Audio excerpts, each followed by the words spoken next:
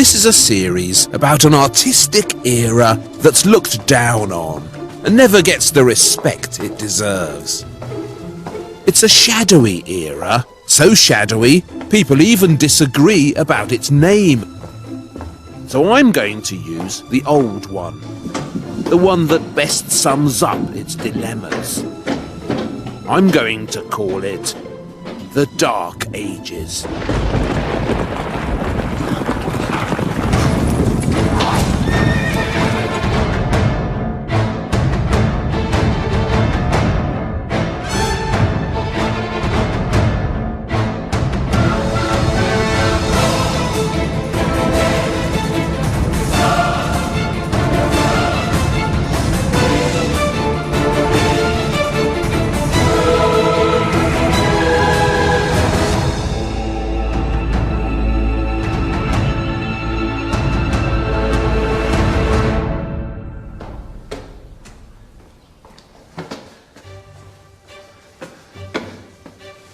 Dark Ages go roughly from the 4th century to roughly the 11th. They begin when the Roman Empire starts to crumble, and they end when William the Conqueror invades England. Now, in this shadowy slab of time, everything changed. The greatest empire the world has seen melted back into the cultural shadows, and various powerful artistic forces stepped up to take its place. Later in the series, we'll be examining those much misunderstood creatives, the barbarians. What wondrous bling they brought into the world. What fabulous things they achieved. I'll also be looking at that joyous and inventive religion, Islam, which did so much to light up the Dark Ages. But we begin with a group of people whose achievements were enormous. They started with nothing and ended up with so much. I'm thinking, of course, of those thoroughly underestimated Dark Age creatives, those intrepid voyagers into the unknown. The Christians. Art never lies. And the story that art tells us of these exciting times is that this was never an age of darkness. This was an age of light.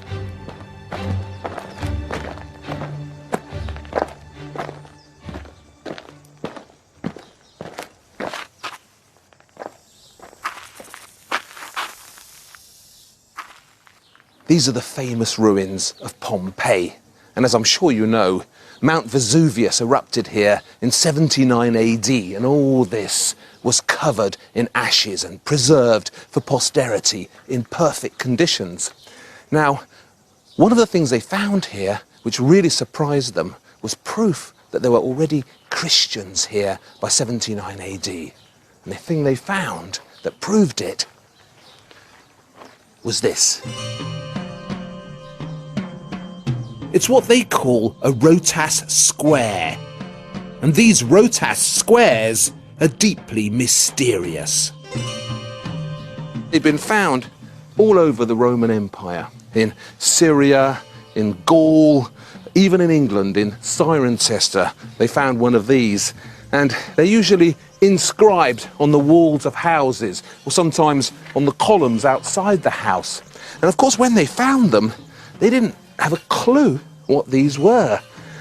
Just mysterious word games plastered outside houses.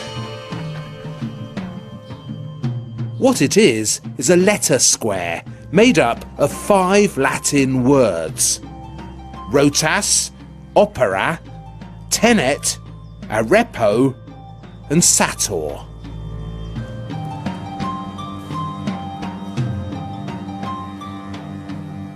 Rotas at the top is sator backwards. And you can see rotas down this side as well, and sator down that side. And here in the middle, arepo is opera, work, backwards. The actual words mean something like, "As ye sow, so shall ye reap." But only if you ignore Latin grammar. Various code breakers twisted it this way and that for decades, but it still didn't mean much. But then, a eureka moment. One of these code breakers realised that the important thing about the Rotas square was not the words, but the letters. Because these letters of the Rotas square can be rearranged to form a cross, which reads the same both ways, up and down. And it says Pater Noster, which is Latin for Our Father, the opening words of the Lord's Prayer.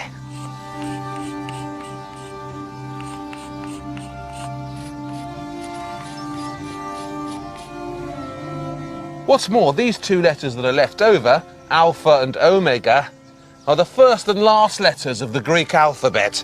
Alpha and Omega in their Roman form.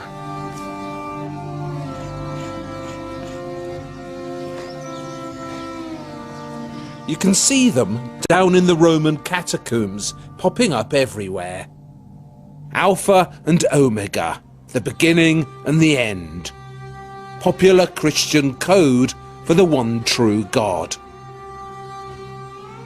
So these mysterious word squares were put outside houses to signify that the occupants were Christians, and also as a kind of lucky charm to ward off evil. Of course, this isn't art yet. This is an inscription, but it has artistic implications. What you see in here, this appetite for signs and symbols and secret meanings, that Christian appetite is something that transferred to Christian art. The Christian art of the Dark Ages is an art of mystery and magic, of suggestions and miracles, transcendence and light. The Rotas square isn't art yet, but it is an excellent pointer to a new artistic direction.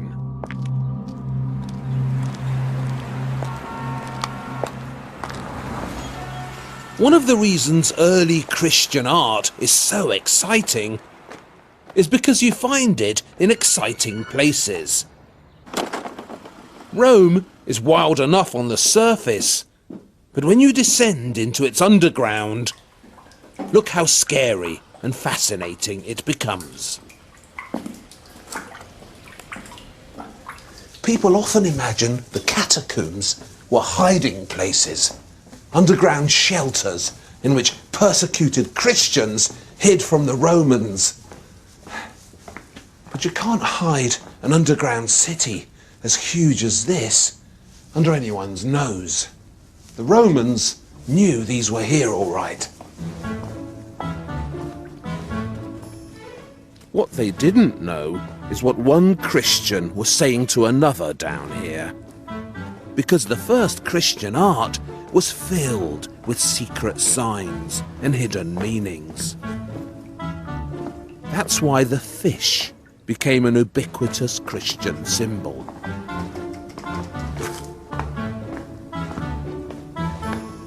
When two Christians met on the road, it's said that one of them would draw this shape in the sand, and the other one would draw this shape. And the two of them knew immediately that they were Christians together.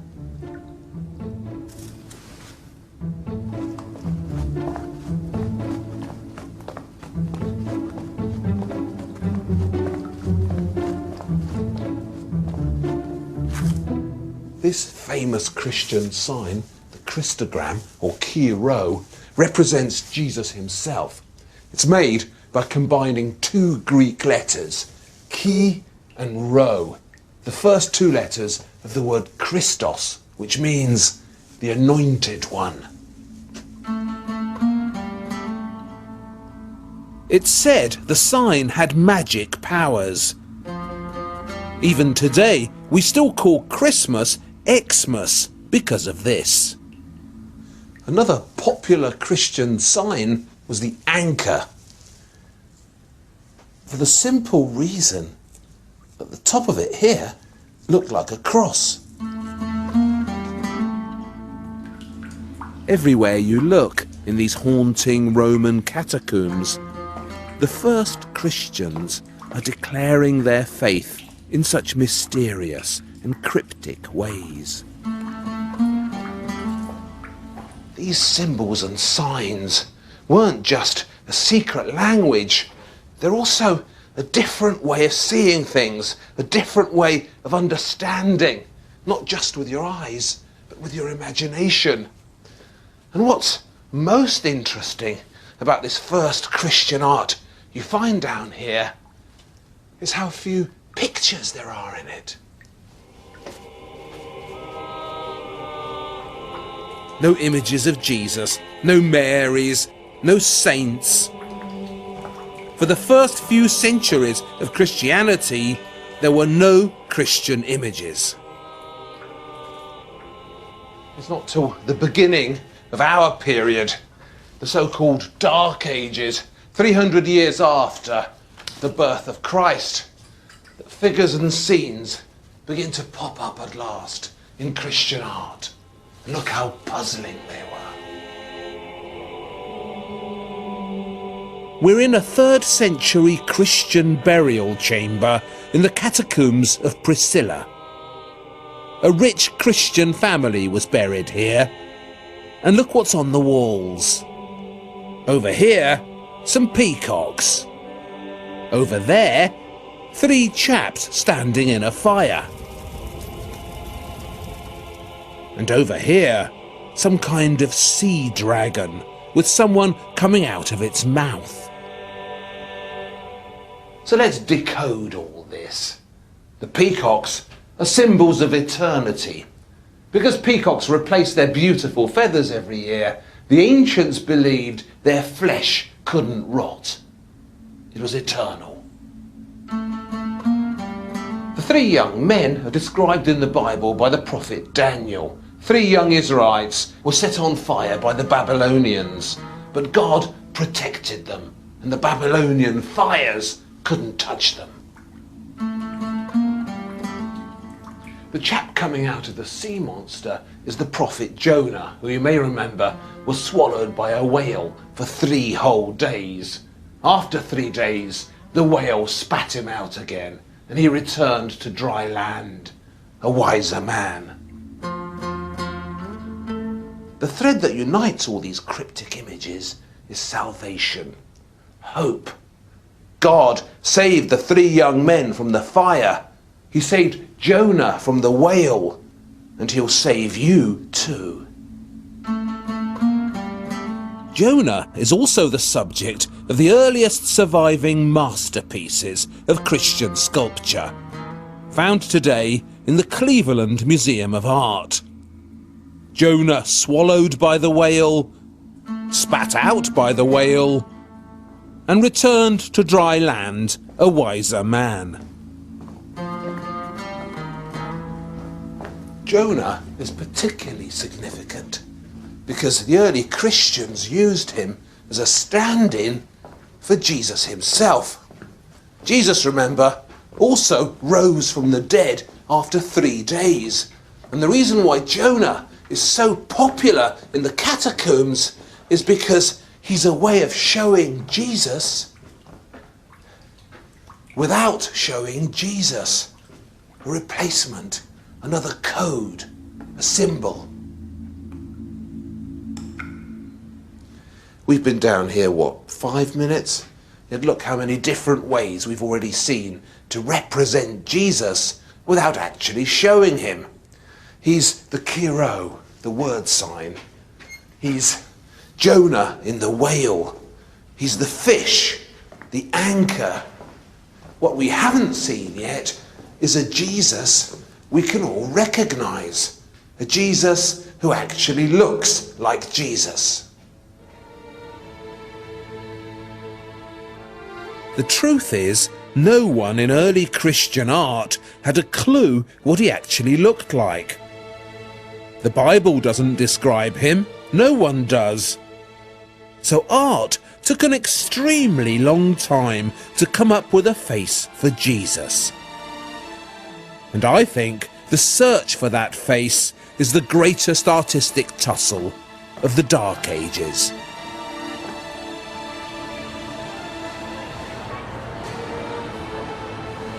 The proof that no one actually knew what Jesus looked like is this controversial relic, the Shroud of Turin. It's said to be the cloth in which Jesus was wrapped at his death.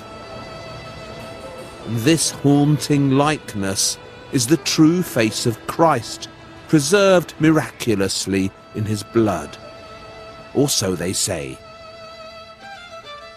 The Shroud of Turin doesn't get shown very often, but when it does, thousands of pilgrims flock to Turin to see it, and most of them believe they're looking at the true face of Christ. When I went to see it, there was such a powerful atmosphere in the church. So many people, so certain they were staring at the remains of Jesus. But I'm afraid they weren't, because Jesus Christ didn't look like that. At least, not according to the evidence left behind by the first Christian artists who described him. According to these first Christian artists, Jesus actually looked like this. Blonde, fresh-faced, boyish. The earliest images of Jesus look nothing like the Jesus we know today. And nothing like the Jesus on the Turin Shroud. Jesus at first is a happy-go-lucky character, curly-haired and handsome. He's usually shown waving his wand about, performing remarkable miracles. So here he's turning water into wine at the wedding feast at Cana. And here he's curing the paralytic who couldn't walk until he met the baby-faced Jesus. And over here, the blind man is being cured by Jesus again.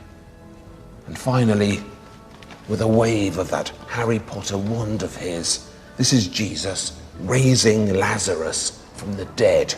And you can always tell Lazarus in early Christian art because he looks like an Egyptian mummy, all wrapped up.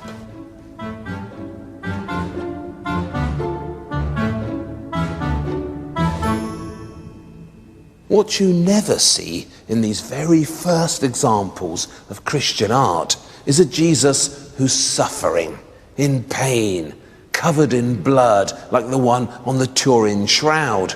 That Jesus doesn't turn up in art for 1,000 years or so, because the tortured Jesus is a creation of the Middle Ages, an expression of medieval guilt and terror. What horrible pains the artistic mind went on to inflict on the crucified Jesus in the centuries ahead. How harshly it whipped him and scourged him and punctured him.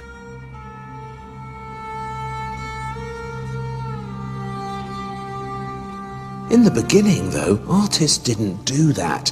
The first Jesuses in art are young and handsome, curly-haired and free. So, either Jesus deliberately misled his followers about what he actually looked like for the first 1,000 years or so of Christianity, or the Turin Shroud is a medieval fake. I know what I think.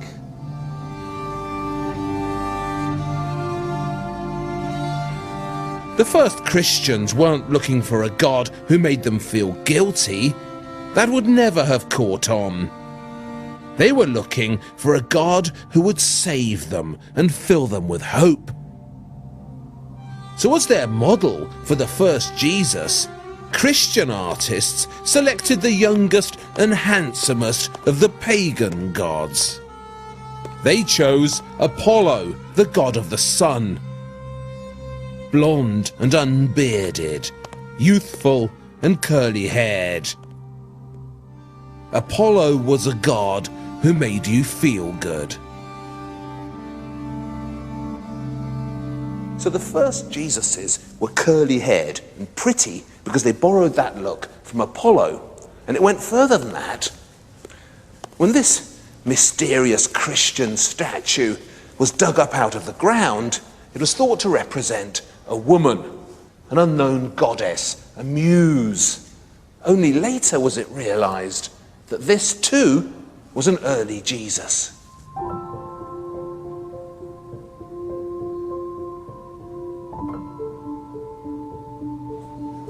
In that wonderful museum in Cleveland, the one with the Jonah marbles, there's a carving of Apollo performing a miracle with Nike, the goddess of victory. Apollo is the robed figure on the left. And look how shapely he is. How easily we might mistake him too for a woman. Pagan gods could be male and female. They could amalgamate the sexes and represent both genders at once, just like this Jesus here. Extraordinary as it sounds, the first Jesuses were sometimes made to look feminine on purpose. They were given suggestions of breasts, beautiful faces, soft bodies and long hair. There is neither male nor female, wrote St. Paul to the Galatians. You are all one in Jesus. The pagans had lots of goddesses to worship: Venus, Isis, Diana. But Christianity had none. Christianity believed in one true God, and he was masculine. There was an entire feminine side missing. So the feminization of Jesus was a deliberate artistic attempt to cater for both sexes. It produced some of the Dark Ages' most unexpected imagery. In Ravenna, in the magnificent Arian baptistry, there's an unbearded Jesus being baptized in the River Jordan. And he's so soft and feminine. A podgy and delicate Christ with childbearing hips. Before this girlish Jesus could become fully masculine, grow a beard and turn into a man, Christianity needed to find a feminine presence of its own.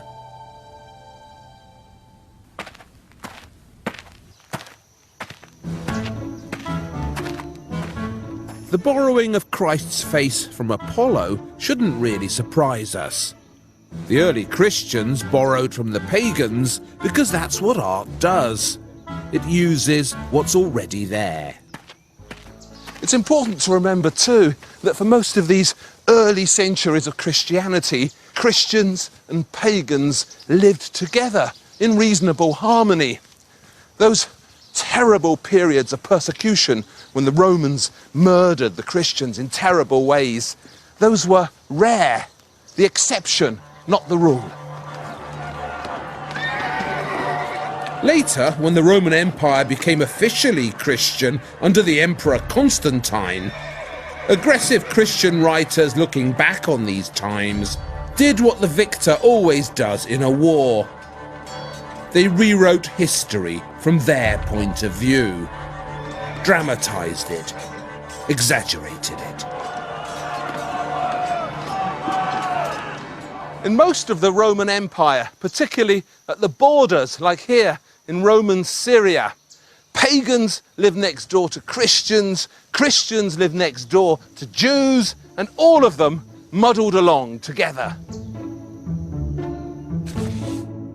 The earliest known Christian church has been found in the Syrian border town of Dura Europos. It was next to the earliest known synagogue. and around the corner was the temple of the bull god, Mithras. All these different religions swapped each other's converts, borrowed each other's gods, and influenced each other's art. Take the halo, that miraculous circle of light that you see around the heads of holy figures in Christian art. At first, there were no halos. Jesus was the magician with the wand, and that was enough to differentiate him.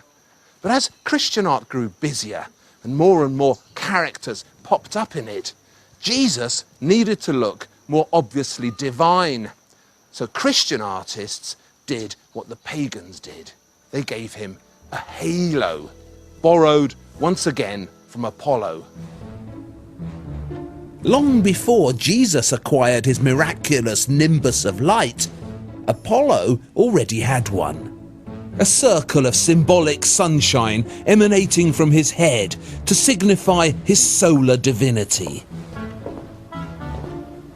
Another crucial borrowing from the pagans was the image of the angel.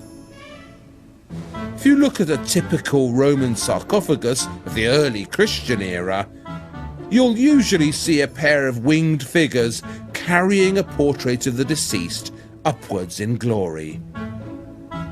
They look exactly like angels, but they're not. They're Roman figures of victory, Nikes, pagan transporters of the soul.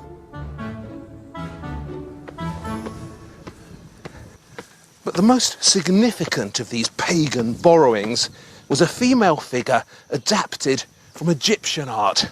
She became very popular in Christianity. Indeed, she was central to it. But that's not how she began.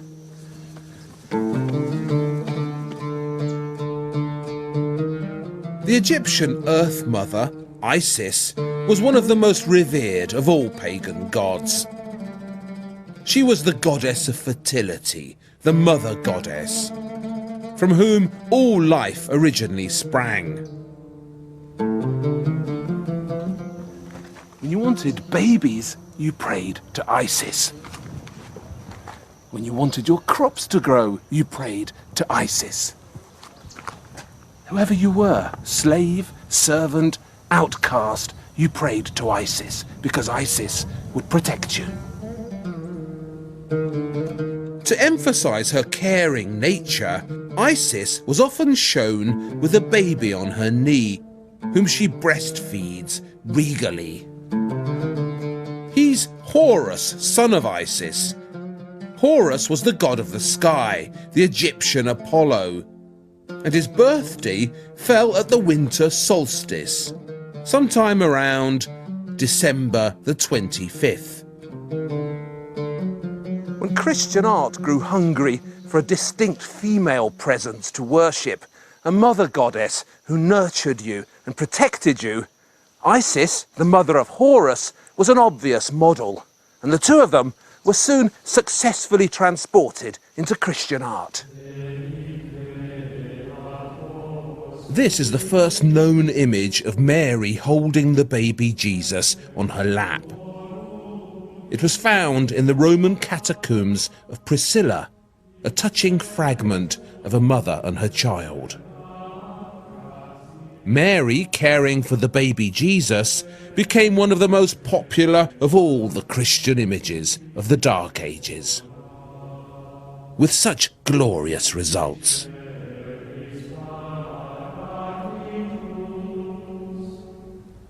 This great artistic discovery of the Virgin Mary had an important byproduct, because it did away with the need to feminize or soften Jesus. When Mary emerged as a powerful divine presence, Jesus no longer needed to be girlish. His image was free to become fully masculine. But where to put all this powerful new art that Christianity was inventing? It's all very well finding a new image for Jesus and Mary, but what also needed to be invented was the Christian church.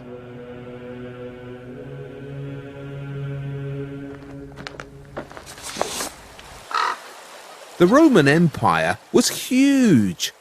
It stretched from the Middle East at one end to this primitive cultural backwater at the other. The place we now call Britain.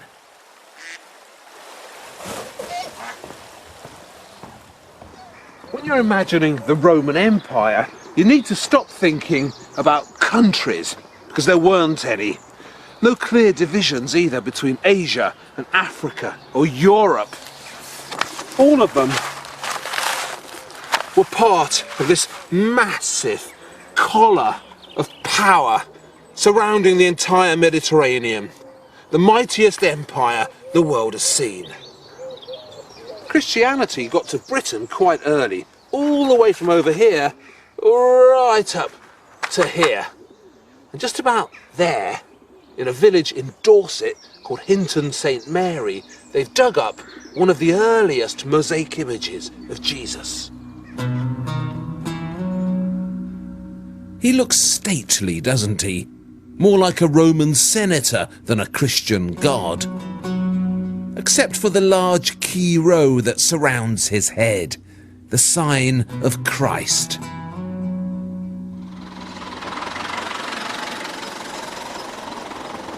This is Lullingstone in Kent, and we're here because I wanted you to see what's left of one of the earliest known Christian churches.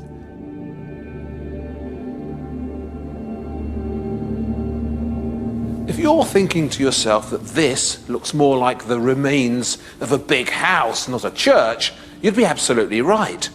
The first churches were ordinary houses, adapted for Christian use. Some Christians were richer and more active in the community than others, and their house became the neighbourhood house church. The house church they found in Dura Europos, the one next door to the Jewish synagogue, was just a small townhouse in which the Christians had done some DIY, knocked down a wall, roofed over a courtyard to create more space for their meetings. On the walls of this makeshift church, the Dura Christians painted Christ walking on water. And there he is again, healing a cripple, making him walk too. Here in Lullingstone, the house church was on the first floor of this elegant Roman villa. It was just above that pagan shrine there. Basically, it was a simple room with painted walls. Decorating it was a procession of praying Christians with crosses on their robes. There was also a key row, and around this key row, the two momentous letters of the Greek alphabet again. Alpha and Omega, the beginning and the end. If you put all those four letters together, Alpha, Rho, Chi, and Omega, you get the word Archo, which means I rule. From the outside, you wouldn't have known the Lullingstone House Church was there. It was a modest Christian conversion and almost invisible. And for the first 300 years, all churches were like this. Humble spaces in people's houses, wonky bits of DIY where Christians could worship and celebrate. And then, in 313 AD, Constantine the Great converted to Christianity, and everything changed. Suddenly, this cryptic and secretive religion, with its instinctive fondness for codes and clues, became the official religion of the Roman Empire. And modesty was no longer an option.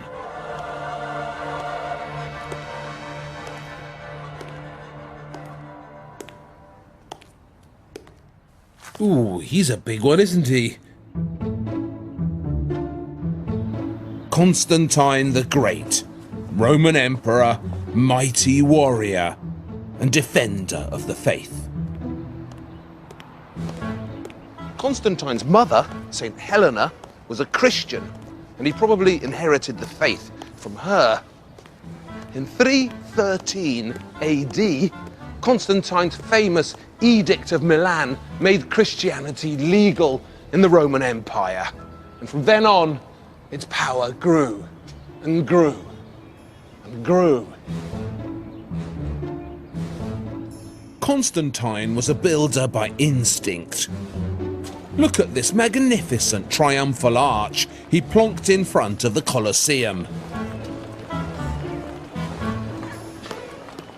But his greatest achievement as a builder was the unexpected invention of the Christian church.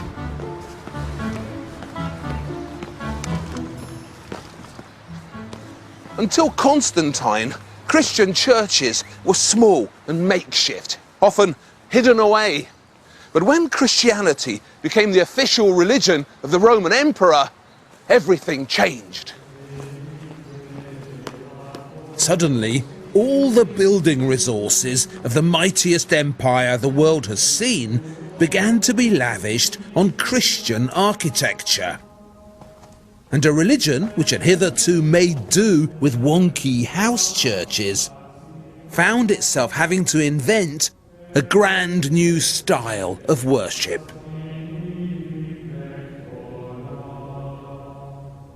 These huge Christian basilicas that Constantine began building were another Christian achievement for which there was no precedent. The little house churches were useless as an example for these giant halls of worship. This was a completely new kind of architecture. This is Santa Sabina in Rome, the best preserved of the first Christian basilicas. It's a new type of religious space. No one in any religion had worshipped like this before. Pagan temples worked very differently from a Christian church. Pagan temples were spaces for worshipping outdoors. In a pagan temple, the congregation stayed outside. Only the priests of the cult could enter the holy sanctuary in which the sacred idol was kept. Christian churches were the opposite. A Christian church was a huge assembly hall with a roof where people could worship indoors. And the style of worship was different too. Nowadays, churches have these neat rows of pews where everybody sits quietly and piously. But in the first Christian churches, there were no pews. In the beginning, Christian churches were huge open spaces in which an ecstatic Christian crowd would heave and circulate. This was a space for moving and chanting and talking. At the start of the ceremony, the priests would enter in a magnificent procession that went all the way up to the front. You see them illustrated sometimes high up on Christian walls. An ornate and stately priesthood progressing through these new naves in a magnificent wave of finery and colour.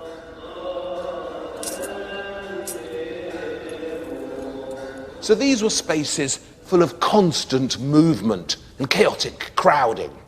And the only precedent for such a building was a useful Roman construction called a basilica. Basilicas were public meeting halls built to house big crowds. There was nothing religious about them. Every sizable Roman settlement had a basilica.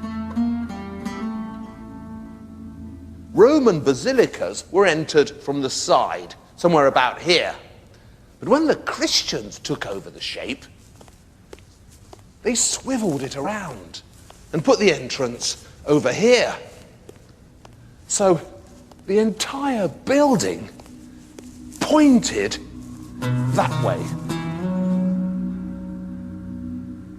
One of the most common uses of a Roman basilica was as a law court.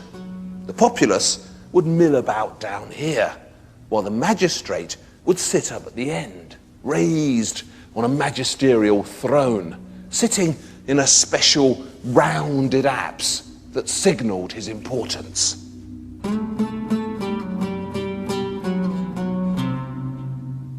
The Christians took over the magistrate's apse as well. It's where they put their sacrificial altar, and above it, a great apse mosaic, the climactic moment of this magnificent religious journey. But you're looking up at this glorious apse mosaic, and you're thinking, there's Jesus with a big beard. What happened to the curly-haired boy? Well, he just wasn't grand enough for Constantine's new basilicas. So the early Christians wanted a god they could look up to, a god who was a match for all the other gods. And when the time came for a more imposing Jesus to emerge, Jesus the adult, the Christians turned once again to that reliable source of raw materials that lay all around them: the art of the pagans. The most powerful and important of all the Roman gods was Jupiter, or in his Greek incarnation, Zeus, king of the gods. Zeus, or Jupiter, was grand and bearded. In the great temple of Zeus at Olympia, the most famous sculptor of the classical age, Phidias, had shown the king of the gods enthroned in majesty, an image the Christians were determined to match.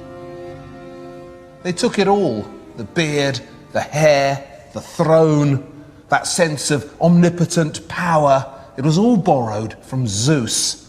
And the curly-haired youth with the girlish body who'd buzzed around performing all those miracles was replaced by this manly, mature Jesus who sits in judgment on his flock, stern and unsmiling, wise and infallible.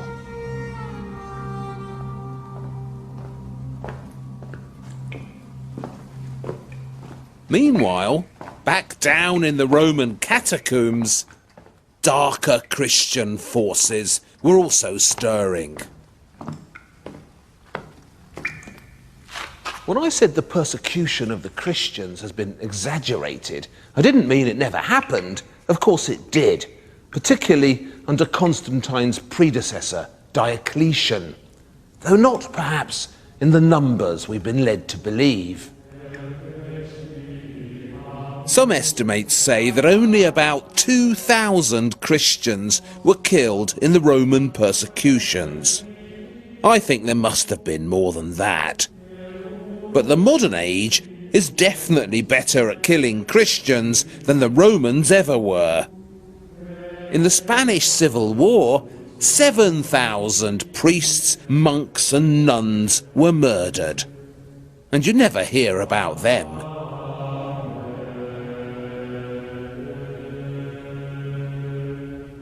But for the early Christians, death had a special significance. The idea took hold in their imaginations that suffering was a necessary part of redemption. It was crucial. And this belief in death had a profound influence on their art and their architecture. These are the catacombs of St. Agnes of Rome. She's the patron saint of chastity, of teenage girls, engaged couples, rape victims, and virgins.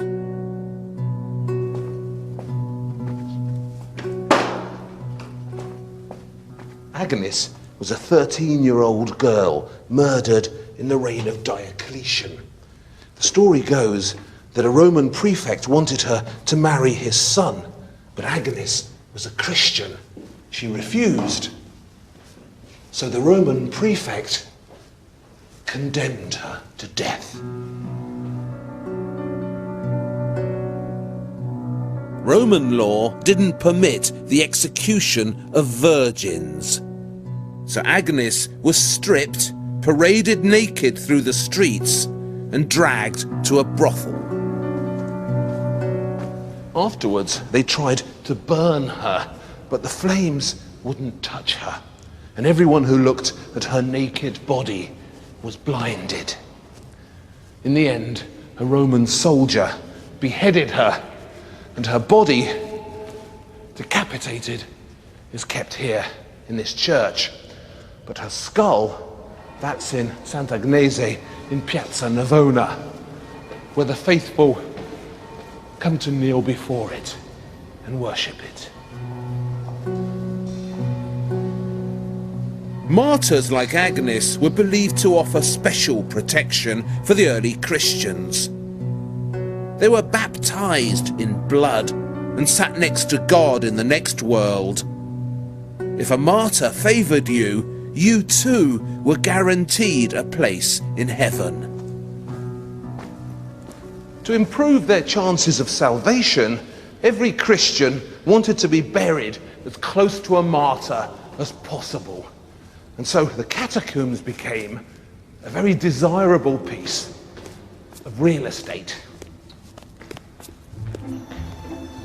Directly above Agnes's tomb are the ruins of a giant funeral basilica. All this was once covered in Christian graves. But the building I really want to show you is this one, the one next door to the basilica. This is Santa Constanza. It's a Christian church now, but originally this was a Roman mausoleum.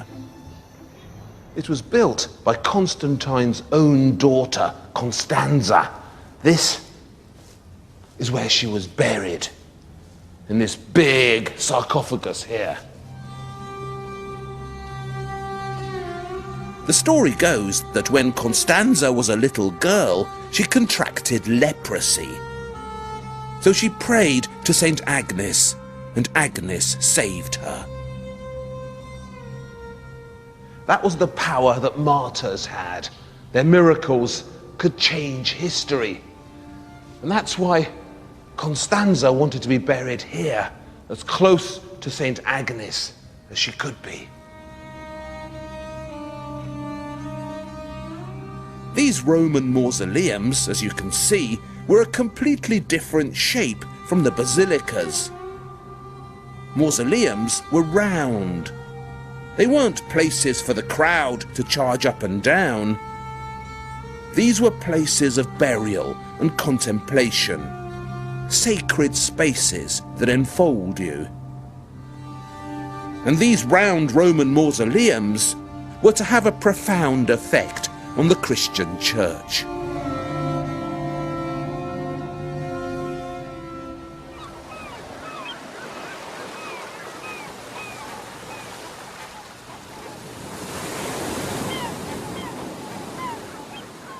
See this famous book? It's The Decline and Fall of the Roman Empire by Edward Gibbon. The history of Rome in 12 mighty volumes. So this is the Roman Empire at the time of Constantine. Now, according to Gibbon here, Rome collapsed because the Romans grew decadent and soft. But I think you can see from this map here what the real problem was. The empire was just too big.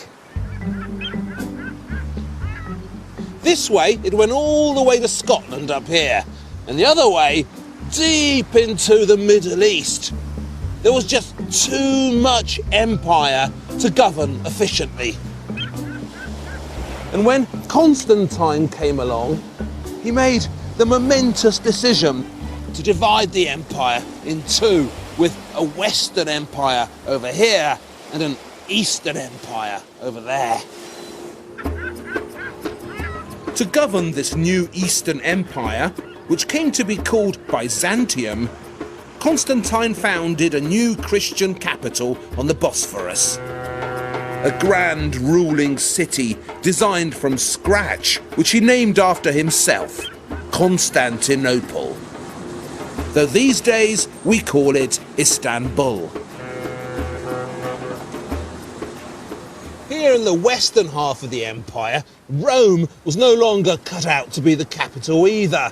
It was living on former glories, a pretty collection of ruins. The empire needed somewhere more vigorous to be ruled from, somewhere better placed. Somewhere near the sea, perhaps, with good connections to the east. Somewhere about here. Ravenna.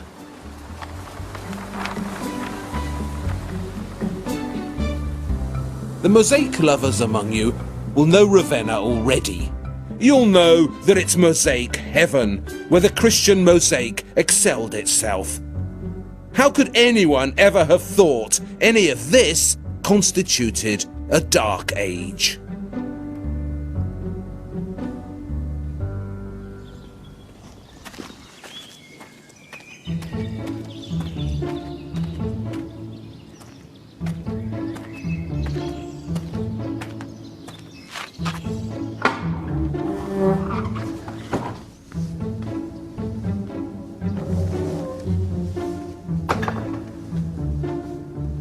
This is the church of San Vitale. It's one of a group of churches in Ravenna that's filled with these stunning mosaics. But the reason I brought you to this particular church is because of its shape. As you can see, it's round, like a mausoleum, not long and thin, like a basilica. These round churches of early Christianity have a particular effect on the visitor. They offer a 360-degree experience, a sense of enclosure and centering. The early Christians used round architecture, particularly for churches devoted to the martyrs, like San Vitale up there, who'd stood up to Diocletian and died for his faith.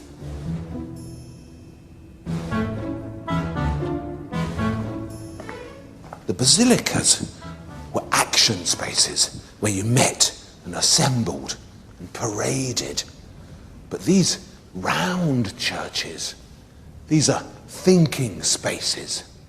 They're like a protective bell jar dropped onto an important location, protecting it and sanctifying it.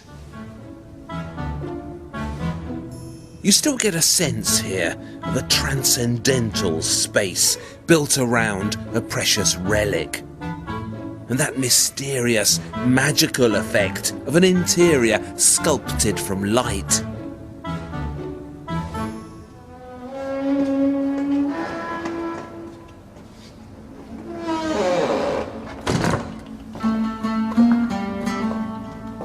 And it wasn't just the burial sites of the martyrs that had special power. Bits of their bodies had it too. Their hair, their bones. And to house these precious relics, the Christians began to create marvellous jewelled containers, relic boxes made from the finest materials, with astonishing delicacy and beauty.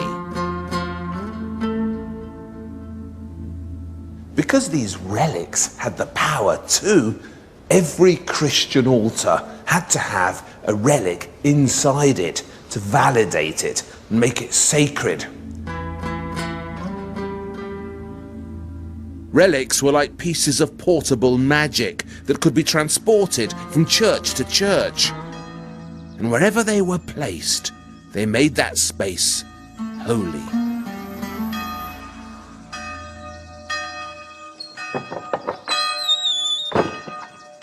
So by the time we get to this glorious Byzantine cathedral of Monreale in Sicily, all ingredients of Christian worship are in place. Just look at it. By the time Monreale was finished, the Dark Ages were over. But all this was shaped by Dark Age achievements. At this end, the nave, it's like a basilica, long and thin, a space for assemblies and parades. At this end of the church, the east end, where the main altar is filled with precious relics, the magisterial apse has grown huge and enveloping. So at this end, this is like a round church, a special place filled with light and a golden, magical air. But over here, it's like a basilica, a space for assemblies and processions. So up there, a thinking space, and down here, an action space. All brought together in one magnificent piece of architecture. High up on the walls, scenes from Christ's miracles. There he is again, raising Lazarus from the dead. And over there, he's curing the paraplegic, making him walk again. And look what's above the altar. The Virgin and Child, borrowed from the Egyptian Isis. And on either side of her, two angels, borrowed from pagan victories. And above that, trumping them all in size and magnificence, sitting so proudly in his golden apse, an enormous Byzantine Jesus, Zeus-like and bearded, unmistakably divine. This is a proper divinity, a Byzantine ruler god you can look up to, magnificent, all-powerful. And look also on either side of Jesus, you can see his name spelled out in Greek letters. On the left, Iota and Sigma, J and S, the first and last letters of Jesus. And on the right, Chi and Sigma, C and S, the first and last letters of Christus. It's that Christian word code again. Look at his fingers too. Christ, the ruler, is spelling out his own name with his hands. There's Iota and Sigma, J and S, for Jesus, and Chi and Sigma for Christ. My fingers are a bit too stubby for it, but he's doing it perfectly.